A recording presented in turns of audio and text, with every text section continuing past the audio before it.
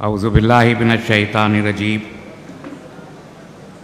बिस्मिल्लाहिर्रहमानिर्रहीम नहमदुहु व नुसल्ली अला रसूलिहि व आलिहिल करीम अम्मा बाद। स्टेज पर तशरीफ़ फरमा पॉपुलर फ्रंट ऑफ इंडिया के नेशनल सेक्रेटरी जनाब साकिब साहब, इस अजीम तारीख़ी शहर के मेयर मोहतरम रवि सोन जी, मोहतरम सभागार साहब, हमारे पॉपुलर फ्रंट ऑफ इंडिया के पूरी आज स्टेट की यूनिट यहाँ मौजूद है, डिस्ट्रिक्ट के तमाम ज़िम्मेदारान मौजूद हैं, तमाम वॉलंटियर्स, कारकुनान, मेरे अज़ीज़ भाइयों और बहनों और माओं, अस्सलाम वालेकुम रहमतुल्लाहि व बरकातहू। नहीं है मायूस इकबाल अपनी किश्ते वीरां से, नहीं है मायूस इकबाल अपनी किश्ते वीरां से, अगर नम हो तो ये मिट्टी बहुत ज़रख़ेज़ है साक़ी।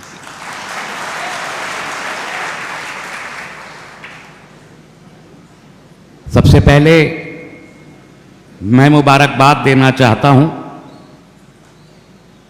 मोहम्मद साकिब साहब, national secretary popular front of India, Maharashtra state district की टीम और परभनी डिस्ट्रिक्ट टीम के ज़रिए पूरी पॉपुलर फ्रंट ऑफ इंडिया के एंटायर परिवार को, जो पूरे मुल्क के 20 सूबों में, सैकड़ों ज़िलों में, लाखों अरकान पर आज मुश्तमिल है, पॉपुलर फ्रंट ऑफ इंडिया के उस पूरे परिवार को उनके फॉर्मेशन के 13 साल मुकम्मल हो के 14वें साल के दाखिले पर मैं सबको तहे दिल से मुबारक।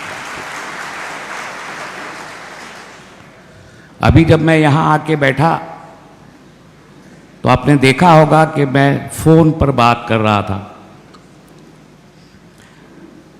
इस रियासत का, बल्कि इस पूरे मुल्क का सबसे बड़ा झूठा और रियासत का सबसे बड़ा मफरूर जर्नलिस्ट, जिसको मुबारकबाद देनी चाहिए मुझे यहाँ की अगाड़ी सरकार को और महाराष्ट्र पुलिस को, कि उस सबसे बड़े झूठे को महाराष्ट्र से भागने पे आपने मजबूर कर दिया। आज बंबई की सड़कों पे दिखाई नहीं देता, आप नाम समझ गए, मुझे लेने की जरूरत नहीं। नोएडा में एक होटल में छुप के बैठ के आज टेलीविजन के प्रोग्राम करता है। वो मुझे फोन करके बोलता है मुझसे क्या नाराजगी है, पॉपुलर फ्रंट के सिलसिले में डिबेट करनी है, तुम नहीं बोलोगे तो कौन बोलेगा, आज तो आके मेरी डिबेट में मेरे साथ बैठ जाओ। तो मैंने कहा यार अर्नब सुनो, पहले जिस जगह बैठे हो वहां अपने जो आपके संरक्षण, वो चीफ मिनिस्टर हैं, वो जो गेरवे कपड़े पहन के साधुत्व को बदनाम करके, एक गुंडा गेरवे कपड़े पहन ले तो साधु नहीं हो सकता, उस गुंडे को बोलो कि पॉपुलर फ्रंट के जो 2 बेकसूर मासूम नौजवान तुमने 11 तारीख को तुमने अरेस्ट किए थे, अगर 12 को पेश कर देते तो 13 की डिबेट में मैं शरीक हो जाता। आज तो पूरा मुल्क, पूरे पॉपुलर फ्रंट का कुंबा, उसकी पूरी लीडरशिप सारे देश में मसरूफ है पॉपुलर फ्रंट डे बनाने के लिए, और पूरी जनता झुकी है। आज तुम्हारी डिबेट में कोई मैसर नहीं आ सकता, इसलिए कि देश और देशवासियों के बीच आज पॉपुलर फ्रंट के जाले खड़े हुए अपना परचम ले।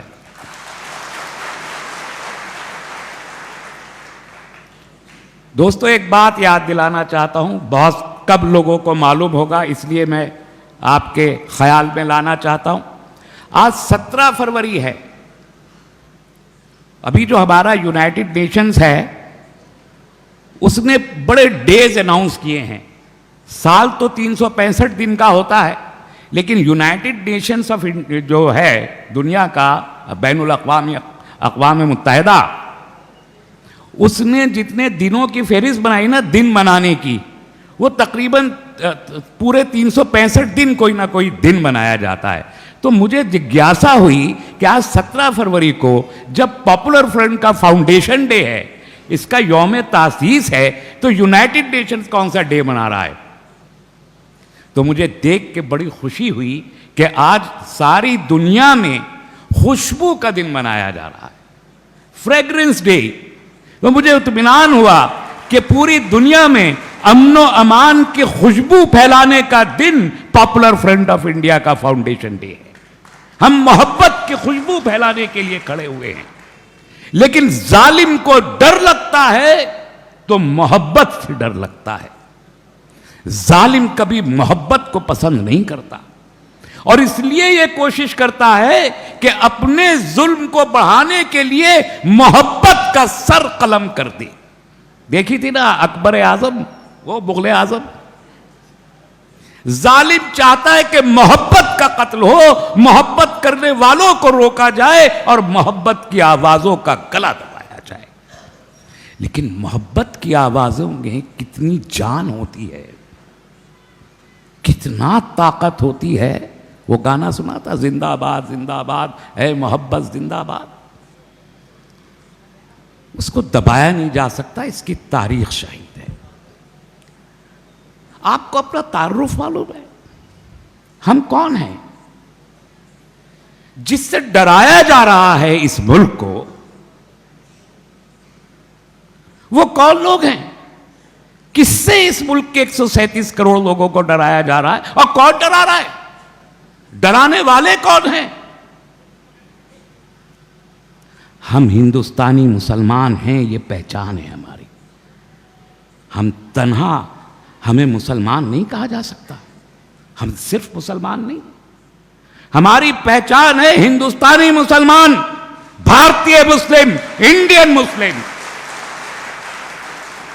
और जब मैं कहता हूं कि हम हिंदुस्तानी मुसलमान हैं, तो इस देश में आरएसएस, भारतीय जनता पार्टी और संघ परिवार का एक एक गद्दार कान खोल के सुन ले, ये देश तुम्हारे बाप की जागीर नहीं है। हमारे बाप दादा ने अपना खून दे के आजाद कराया है, हमने अपना खून दे के आजाद कराया है। जब तुम अंग्रेजों के तलवे चाट रहे थे, जब वो सावरकर, जिसे तुम झूठे तौर पर वीर सावरकर कहते हो, 60 रुपए महीना की भीख लिया करता था अंग्रेजों से, उस वक्त हमारे उलमाए कराम फांसियों के फंदे चूम रहे थे और काले पानी की सजा काट रहे थे। जिस वक्त मौलाना फजले हक खैराबादी इसी अंडोमान निकोबार के काले पानी में बुखार में, मलेरिया, तमाम जिस्म पे दाने, भूख और प्यास की शिद्दत में एड़ियां रगड़ रहे थे, उस वक्त ये सावरकर माफीनामा, उसी काले पानी में माफीनामा लिख के दे के अंग्रेजों को दिल्ली में आके बैठा। हमसे क्या मुकाबला? इसलिए आज हमको डराना चाहते हैं। लेकिन ये याद रखो कि हमारी पहचान ये है और हमारी तारीख ये है और हमारा डीएनए है जो हमारे खून में दौड़ता है और नस्ल दर नस्ल हमारी खून में दौड़ता है कि 100 साल चाहे गुजर जाए, 1857 से 1947 हो गया, 90 साल की तो ये मालूम तारीख है। और उससे पहले पूरे 1700 के आखिर से सैयद अहमद शहीद बरेलवी रहमतुल्लाह अलैह घोड़े पर सवार होके, तलवार हाथ में लेके जिहाद का अंग्रेजों के खिलाफ ऐलान करके मैदान में उतर चुके थे। लेकिन अगर 1857 से भी हिसाब लगाएंगे तो 90 साल नस्ल दर नस्ल हमने अपने वतन अजीज की खातिर अंग्रेजों से इस कदर शदीद जंग लड़ी है कि उनकी गोलियां कम पड़ गई, हमारे सीने कम नहीं पड़े। तो मिस्टर नरेंद्र मोदी, मिस्टर अमित शाह, मुझे मालूम है कि आपकी जिंदगी किसी स्कूल और कॉलेज में नहीं गुजरी है। इस मुल्क की बदकिस्मती है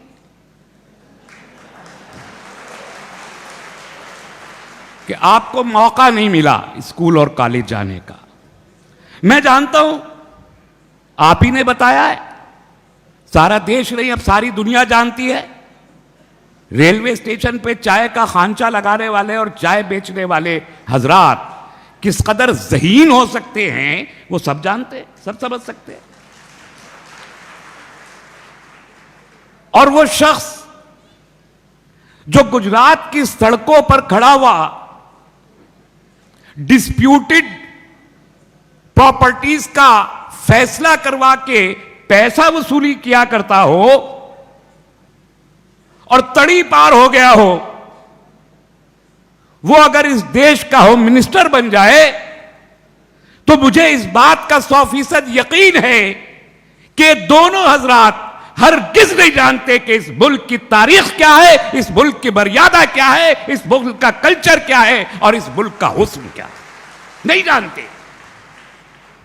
और चूंकि आप ये नहीं जानते और बिल्ली के भागो छीका टूट गया है और सत्ता में आके आप बैठ गए हैं, तो भाई हम बता देते हैं, हमसे सुन लीजिए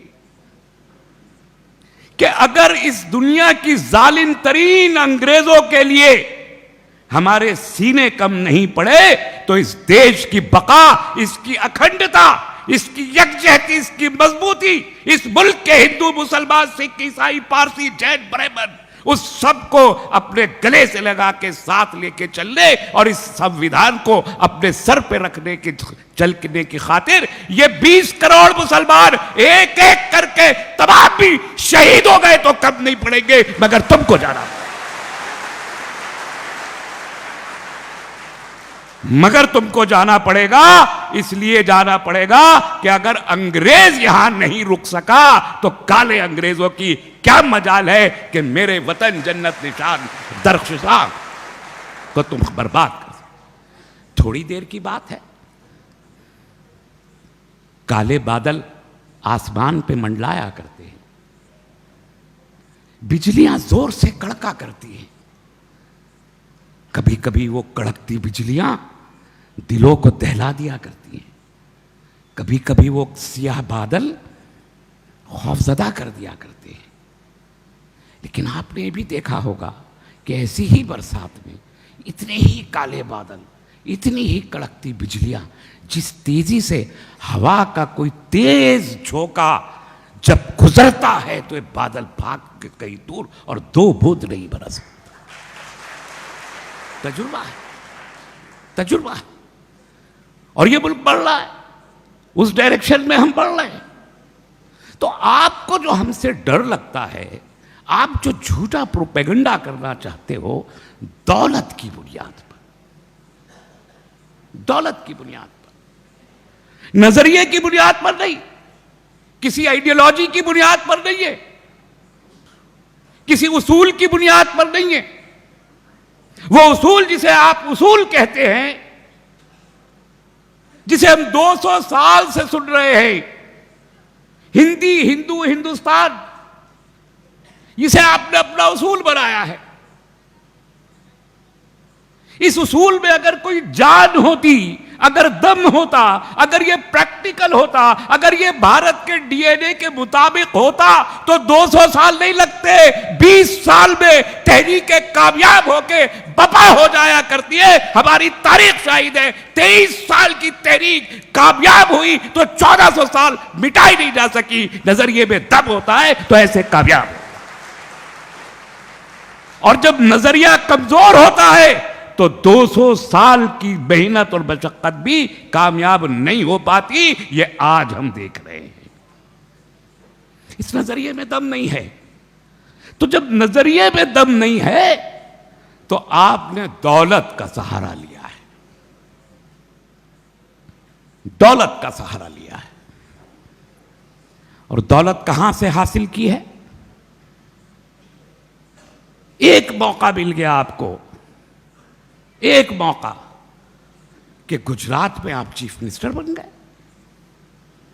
और गुजरात का व्यापारी न सिर्फ सूरत और भरूच और अंकलेश्वर में बैठा है, बल्कि वो यूएस में भी है और यूके में भी है।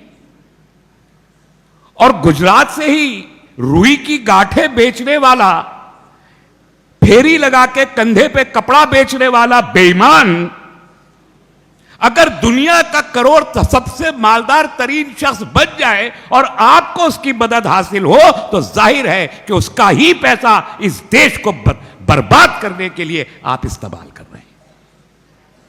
आज क्यों किसान सड़क पे है?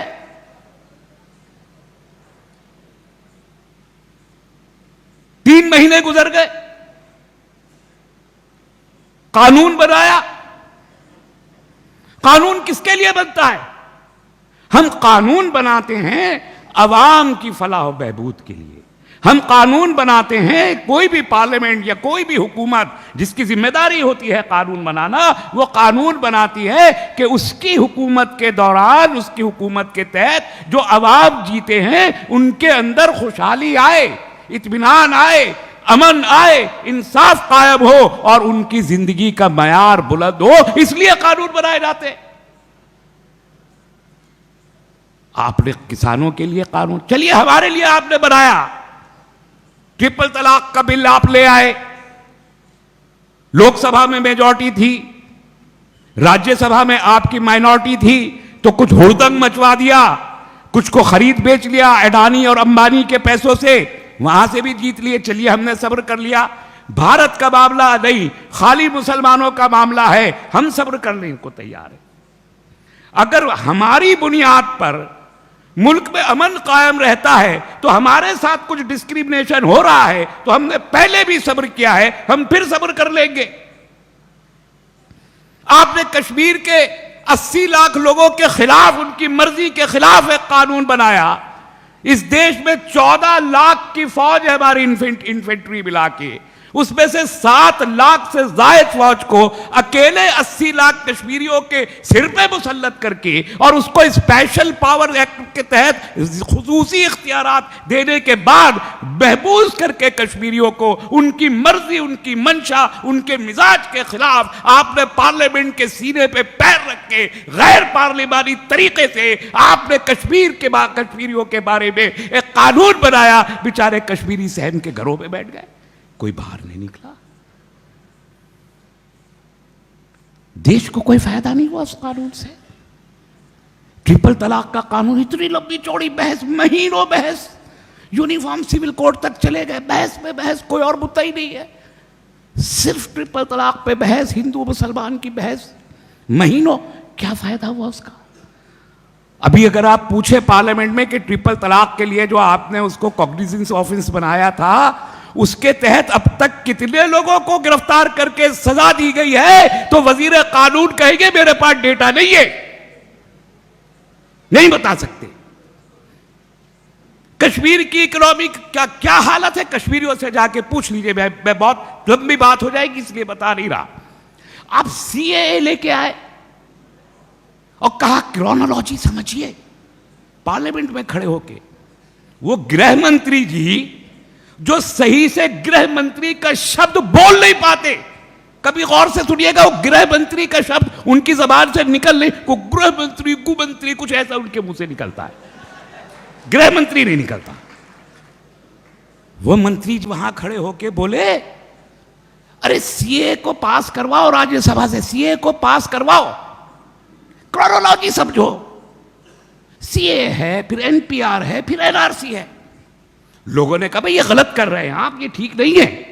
भारत ने कहा, और उन्होंने कहा कि तुम मुसलमानों को कुछ नहीं हो रहा, मुसलमानों के लिए नहीं है, मुझसे कोई एक मुसलमान नहीं निकलेगा, अरे तो कुछ नहीं, ये सब अब समझ नहीं रहे हैं, अब समझाने की कोशिश कर रहे हैं, लोग भड़का रहे हैं आपको पता नहीं है। अरे आसाम वालों से पूछो जाके, हमारा मसला नहीं है, असमियों से पूछो जो आसाम में बंगाली बोलने वाले लोग हैं।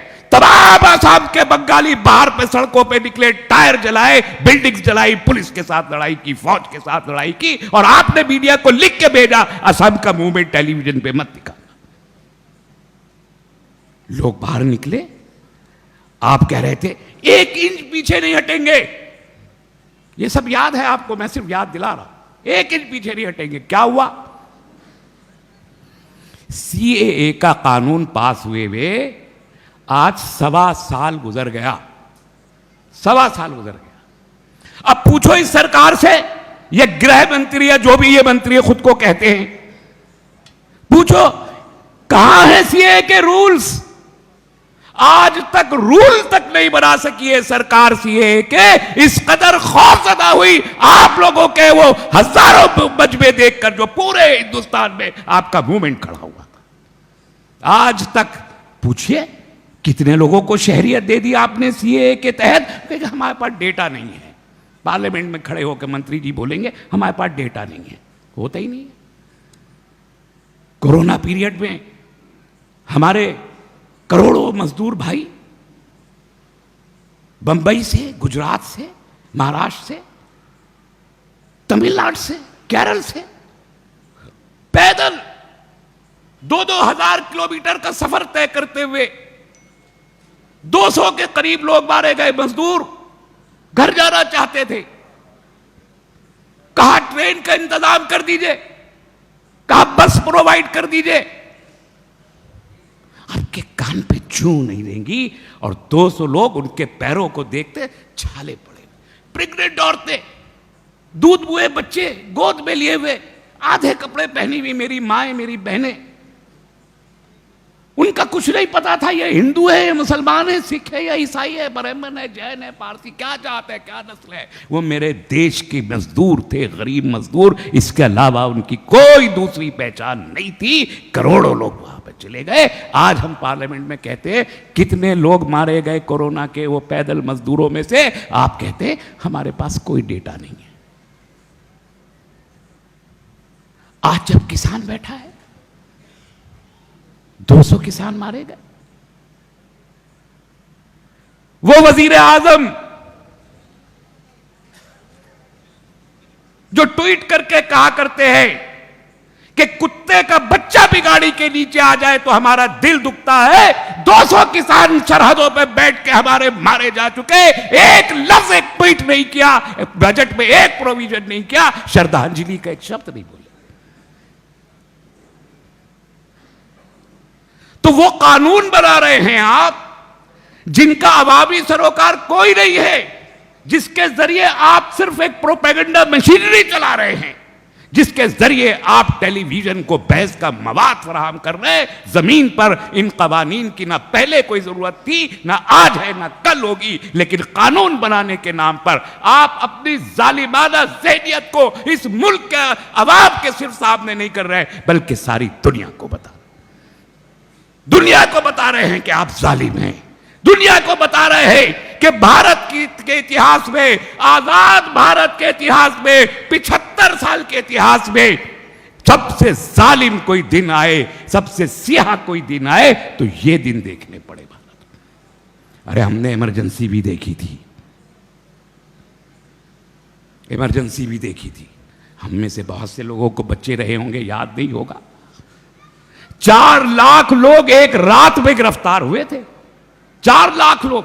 कोई पॉलिटिकल वॉइस इस देश में ऐसी नहीं थी कि जो जेल के बाहर रही हो। रातों रात 12 घंटे के अंदर रात में 8 बजे से लेकर सुबह 5 बजे तक 4 लाख लोग गिरफ्तार हो गए थे। हर सरकारी बिल्डिंग जेल बन गई थी और तमाम पॉलिटिशियन जेल के अंदर थे। फिर क्या हुआ? सबसे मजबूत वजीर आजम कहलाई जाती हैं इंदिरा गांधी इस मुल्क की, सबसे मजबूत वजीर आजम। लेकिन वो मजबूत तरीन वजीर आजम जिन्होंने दस्तूर बदल डाला इमरजेंसी के दौरान, जिन्होंने डेमोक्रेसी को कर्जेल कर दिया, वो वजीर आजम 19 महीने के अंदर अंदर इसी अवामी सैलाब के धारे में एक मामूली से तिनके की तरह बहा दिया इस मुल्क के जमहूरी इनकलाब।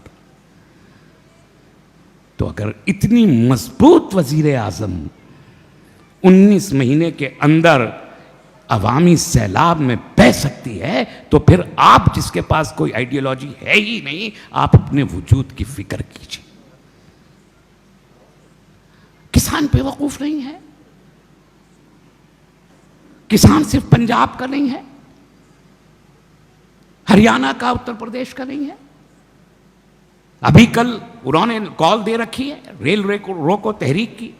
मुझे पता नहीं कि रेल रोकेंगे या नहीं, कि जब वो 40 लाख ट्रैक्टर ला सकते हैं, लाने का ऐलान कर रहे हैं, तो तमिलनाडु में जाके देखिए जरा किसान कितने बैठे हैं, राजस्थान में देखिए कितना किसान बैठा है, आप महाराष्ट्र में देख लीजिए, और मैं जिस रीजन में खड़ा हूं, यहां हमारे एडमिनिस्ट्रेशन के बहुत सारे लोग होंगे, आप भी एडमिनिस्ट्रेशन से, मेयर साहब भी तशरीफ रखते हैं, और यहां हमारे पुलिस के हजरात भी हैं, तमाम कुछ ऑफिसर्स भी होंगे, कुछ और लोग भी होंगे। मैं जिस रीजन में खड़ा हूं, आप जानते हैं इस रीजन की सबसे बड़ी तकलीफ क्या है? हमारा देश 70% हमारी इकोनॉमी एग्रीकल्चर है। हम एग्रेरियन हम इकोनॉमी हैं, और दुनिया की सबसे बड़ी ज़राअती मईशत भारत की है, सबसे बड़ी दुनिया की 70% की ज़राअत हमारे देश में होती है। हमारी जीडीपी का मैक्सिमम पार्ट हमको एग्रीकल्चर से मिलता है। कि इसके बावजूद तो हमारे किसान को बहुत खुशहाल होना चाहिए। अगर 70% इकोनॉमी हम खेती से हासिल कर रहे हैं तो हमारे किसान को तो बहुत खुशहाल होना चाहिए। बदकिस्मती यह है कि दुनिया का सबसे बड़ा देश है भारत, जिसमें हर आधे घंटे में एक किसान खुदकशी करने पे मजबूर होता है, और वो विदर्भ का किसान, उसकी तादाद सबसे ज्यादा है। यही खित्ता है जहां का किसान सबसे ज्यादा खुदकशी करने पे मजबूर होता है, और उसकी बहुत से मौकों पे उसकी खुदकशी रिकॉर्ड पे भी नहीं आती कि वो किसानी की वजह से खुदकशी की। मैं कहना चाहता हूं, अपने यहां पर जो हमारे एडमिनिस्ट्रेशन के भी लोग हैं उनसे भी कहना चाहता हूं, सरकारें आती हैं, सरकारें जाती हैं, यह राजनीति है। एक इलेक्शन होगा, एक सरकार आएगी, दूसरी सरकार जाएगी, लेकिन आप धरोहर हैं इस देश के प्रजातंत्र, इस देश के लोकतंत्र, इस देश की जमहूरियत के धरोहर है। आपकी बुनियाद पर यहां पर ये जमहूरियत चलती है, ये सरकार चलती है। आप जवाबदेह हैं अपनी रूल बुक के जवाबदेह। आपकी जो किताब है रूल्स की, उसके प्रति आप जवाबदेह हैं, आप किसी पॉलिटिशियन को जवाबदेह नहीं है। तो देश से मोहब्बत, आप हमारे भाई हैं, हम आपके भाई हैं, आप हमसे मत डरिए, हमें खुद से मत डराइए, हमें खुद से मत डराइए। हम डरेंगे नहीं, इसलिए कि हम आम जनता हैं, हम अपने हुकूक जानते हैं, इसलिए हम डरेंगे नहीं। मैं साफ कहना चाहता हूं, ये वो सारे हालात हैं। पॉपुलर फ्रंट ऑफ इंडिया अगर इस देश में खड़ा हुआ है, उसका एक ही कारण है, एक ही कारण है। पॉपुलर फ्रंट कहता है खौफ, बाइज्जत जियो बेखौफ जियो, बाइज्जत जियो बेखौफ जियो। और मेरा ताल्लुक जिस पार्टी से है, social democratic party of India, मैं एसडीपीआई का सेक्रेटरी हूं, उस हैसियत से मैं यहां मौजूद हूं। एसडीपीआई का एक स्लोगन है, एक ही हदफ है, खौफ से आजादी, भूख से आजादी।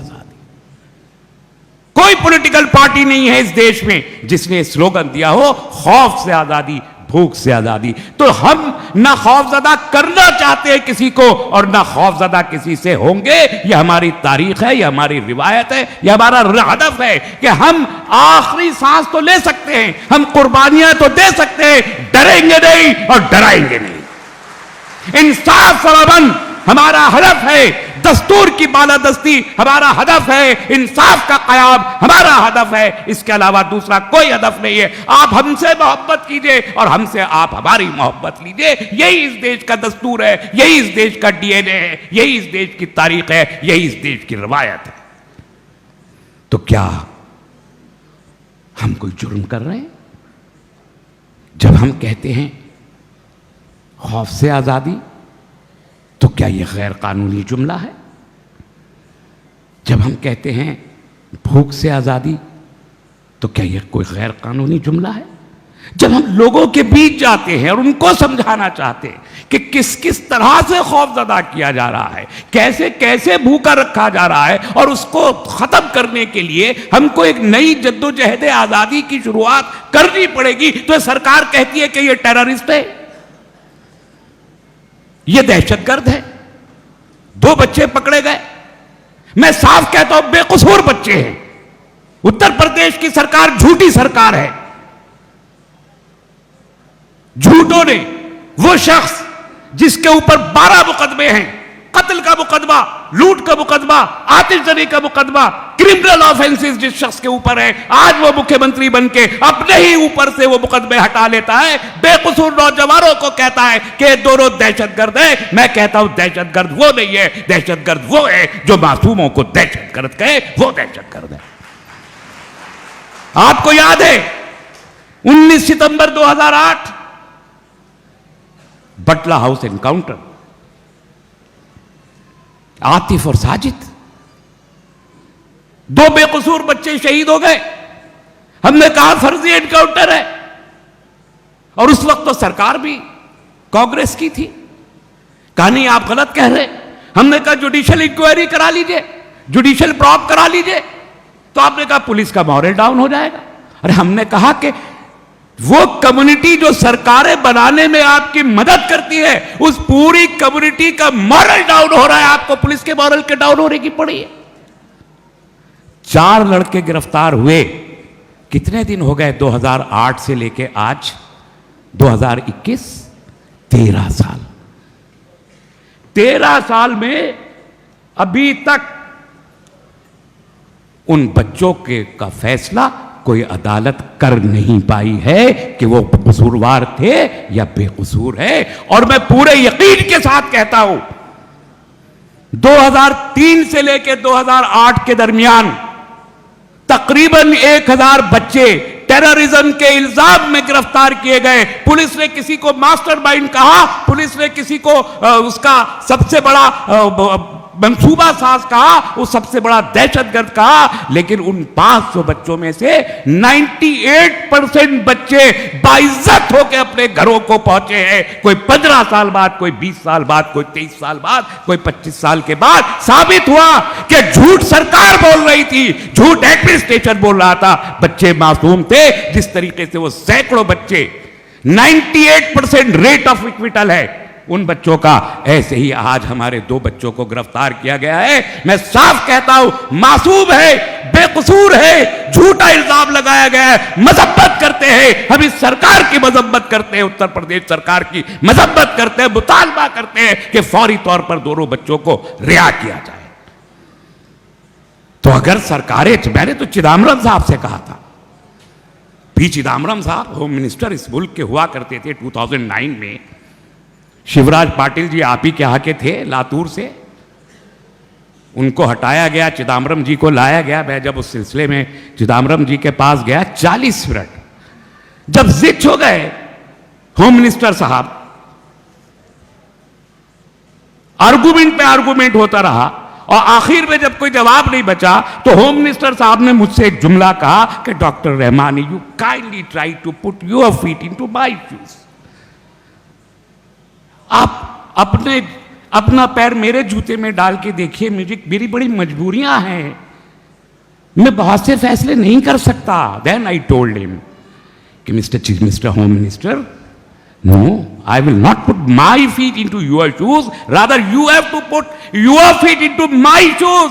तुम अपने पैर मेरे जूतों में रखो, तुम मेरे होम मिनिस्टर हो, मैं तुम्हारी अवाम हूं, मैं गैर महफूज हूं, मैं इंसाफ चाहता हूं, इंसाफ देने की कुर्सी पे तुम बैठे हो। मेरा दर्द समझने की कोशिश आपको करनी पड़ेगी। आप या तो इस्तीफा दीजिए या मेरे दर्द को महसूस कीजिए।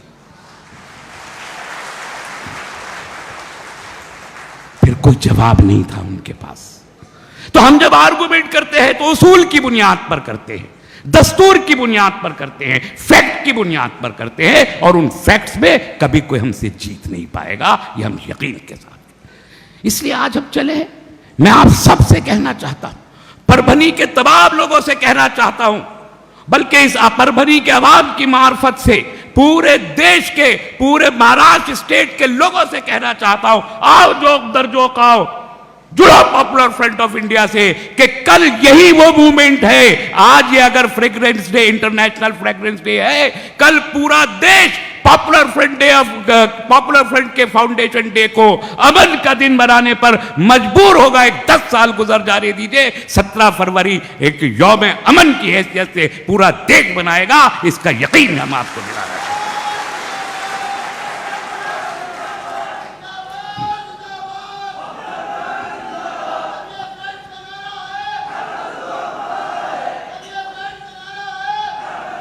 आपने सैलाब आया, अपनी खिदमात का मुजाहरा हमारे नौजवान कैडर ने किया है। देखिए खड़े हैं, कितना डिसिप्लिन मेंटेन करते हैं, इस रैली के इंतजाम से देख लीजिए। हमारे पूना शहर के कमिश्नर साहब सर्टिफाई कर चुके हैं कि मॉब को कंट्रोल करके ले जाने का और डिसिप्लिन मेंटेन करने का आर्ट अगर किसी से सीखना है तो पॉपुलर फ्रंट के वॉलंटियर से सीखो। पूना के कमिश्नर साहब का स्टेटमेंट है। मैं यहां परभनी के भी हमारे पुलिस के अफसरान ने हमारे इन वॉलंटियर्स की बड़ी मदद की है आज ये प्रोग्राम ऑर्गेनाइज करने में, मैं उनका बेहद शुक्रगुजार हूं। लेकिन कोट एंड कोट कुछ लोगों ने इन्हीं अफसरान में से शुकूक का इजहार भी किया। मैं उनसे भी अर्ज करना चाहता हूं कि अब तो आपने देख लिया कि हम कैसे लोग हैं, हमारी मदद कीजिए और हमसे मदद लीजिए। कानून का निजाम नाफिज करने पे पॉपुलर फ्रंट के जियाले आपके सारा आपकी लाठी बन के खड़े होंगे, बशर्ते कि आप इंसाफ नाफिज। आपने सैलाब में मदद की, कोविड में आपने जो मदद की उसका एतराफ मैंने नहीं किया, परभनी के मेयर साहब ने किया है। मुझे कहने की जरूरत नहीं पड़ी, यहां के मेयर ने उसका एतराफ किया कि इन बच्चों ने क्या मेहनत की। ये दिन दिन भर मेहनत करते हैं, खिदमत करते हैं, बेलौस करते हैं, अपना कारोबार छोड़ के खिदमत करते हैं और रात रात भर तहज्जुद की नमाजों में खड़े होकर क़यामुल लैल करते हैं। इस मुल्क को इससे ज़्यादा साले नौजवान कहाँ से मिलेंगे? नहीं मिल सकते। इसलिए इनकी कदर करो, इनसे मोहब्बत करो, इनको कोऑपरेट करो और इनके साथ जुड़ो कि इस मुल्क में क़याम अमन की जिम्मेदारी अब हमारी है, हमने ली है। सबको आजमा लिया, सब नाकाम हो चुके। हमारी तारीख है कि हम क़याम अमन में कभी नाकाम नहीं हुए, कभी फेल नहीं हुए। अमन का क़याम हमने किया था, हम करेंगे। मुल्क हमने बनाया था, मुल्क हम बनाएंगे। ये देश, ये हिंदुस्तान, ये जन्नत निशान था, है और रहेगा। और उसके लिए जो कुर्बानी देनी पड़ी वो कुर्बानी हम देंगे। अपनी जानें अपनी हथेलियों पर लेके हम निकले हैं कि हम कत्ल हो जाए, हम जेलों को चले जाए, हम बर्बाद हो जाए, हमारी फैमिलियां मिट जाए, मगर देश बच जाए, दस्तूर बच जाए, इसके अलावा कोई दूसरा हदफ नहीं। मैं बस इस शेर के साथ अपनी गुफ्तगू को खत्म करता हूं कि अब जुस्तजुए शौक की मंजिल कहीं भी हो, अब जुस्तजुए शौक की मंजिल कहीं भी हो, हम चल पड़े हैं राह को दुश्वार देखकर। वमा अलैना इल्लल बलाग। वस्सलाम अलैकुम।